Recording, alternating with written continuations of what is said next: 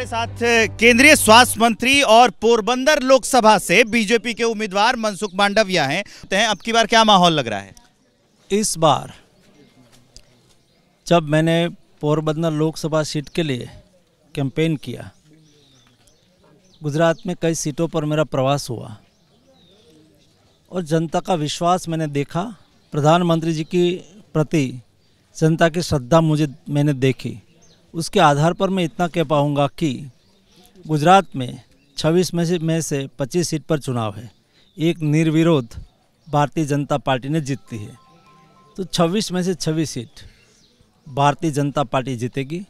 देश में 370 plus Bharatiya Janata party को सीट आएगी और 400 प्लस से फिर से एक बार मोदी जी के नेतृत्व में एनडीए की सरकार बनेगी। मनसुख जी, ये जो कैंडिडेचर की बात होती है, आपको पता है जब आप आए तो मैं पूरा गांव आपका घूम चुका था।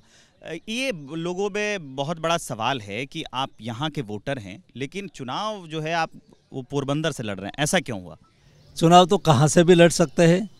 मोदी जी के दृष्टि से सारा देश एक परिवार है और परिवार भाव से कोई क्षेत्र और कोई विस्तार मायना नहीं रखता है। भारतीय जनता पार्टी ने जहां से मुझे चुनाव लड़ने का आदेश दिया, तो गुजरात में सभी सीट हमारे लिए समान है। जहां से भी पार्टी का आदेश होता है वहां हम चुनाव लड़ते हैं। पोरबंदर की जनता ने मुझे बहुत प्यार दिया और मुझे पक्का विश्वास है कि मैं बहुत भारी लीड से पोरबंदर लोकसभा सीट जीतूंगा। कांग्रेस लगातार आरोप लगा रही है कि मोदी जी के नाम पे जीत रहे हैं, तो उसमें क्या गलत है? मोदी जी के नाम पे जो भी कहे उससे कोई सवाल का जवाब का कोई विषय ही नहीं है। मोदी जी हमारा नेता है, हमारा नेतृत्व है, नहीं केवल देश के लिए, ये दुनिया के लिए गौरव है। तो ऐसे व्यक्तित्व उसका नाम लेना और उसके नेतृत्व में चुनाव लड़ना कोई गलत बात है क्या? लगातार 13 के उपचुनाव से ये पोरबंदर की सीट जो है वो बीजेपी के खाते में जा रही है। फिलहाल जिस तरीके से कांग्रेस के दिग्गज नेता अर्जुन मोटवालिया भी अब पाला बदलकर बीजेपी में शामिल हो गए हैं, उसके बाद पोरबंदर की ये जो लड़ाई है वो बीजेपी के लिए और मनसुख मांडविया के लिए और आसान होती हुई नजर आ रही है। तो गुजरात में कुल 25 लोकसभा सीटों के लिए आज वोटिंग हो रही है, क्योंकि वो एक सीट सूरत वाली वो पहले ही निर्विरोध वहां से मुकेश दलाल बीजेपी के उम्मीदवार चुन लिए गए हैं। लोकतंत्र के इस महापर्व में हर कोई बढ़ चढ़कर हिस्सा ले रहा है, क्या बड़े क्या बुजुर्ग। राजकोट से हमारी सहयोगी मेघा की एक रिपोर्ट आपको दिखाते हैं पोलिंग बूथ से।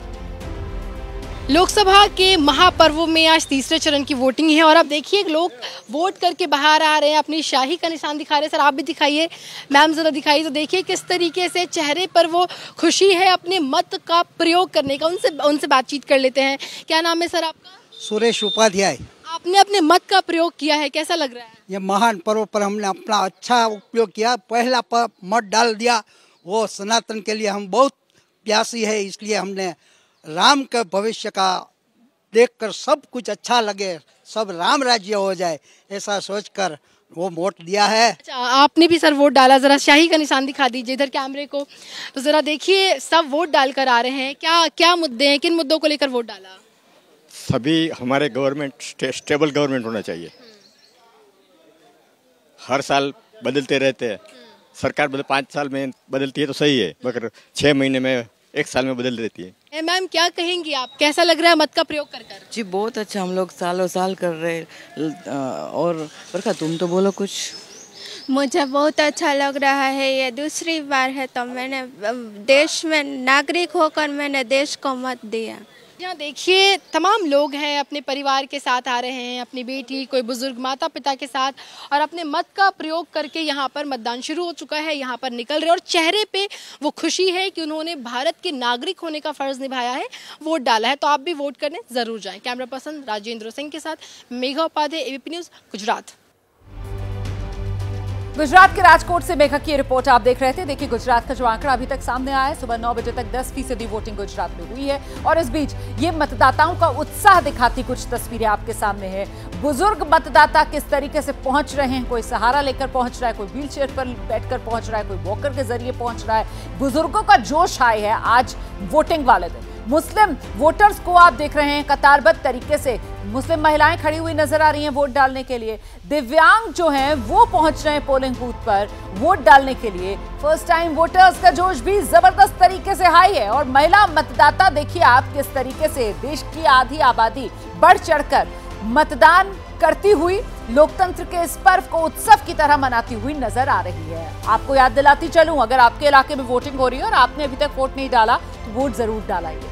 मतदाताओं का उत्साह बढ़ाने के लिए भोपाल में जो प्रशासन है उसकी तरफ से एक अनोखी पहल की गई है। मतदाताओं के लिए पोलिंग बूथ पर बाकायदा लकी ड्रॉ रखा गया है। फ्रिज, टीवी जैसे गिफ्ट्स भी इस लकी ड्रॉ के जरिए निकल सकते हैं। दिखाते हैं आपको एक खास रिपोर्ट।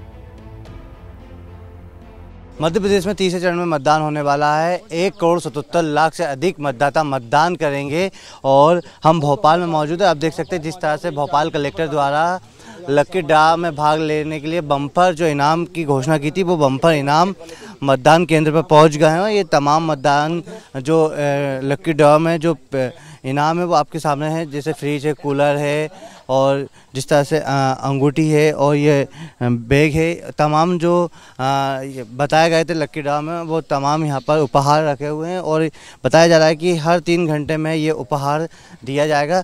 जैसे ही घड़ी का काटा दोपहर 2:30 पे आए, बबीता जी का दिल सास बहू साजिश के लिए मचल जाए। और ये है इनकी बहू, पूरे दिन ऑफिस की टेंशन हो जाए गॉन जब ये करें अपना फेवरेट शो फ्री टाइम पे ऑन। इनकी तरह आप भी देखें अपना फेवरेट शो अपने टाइम पर और डाउनलोड कीजिए एबीपी लाइव ऐप अपने स्मार्ट टीवी पर।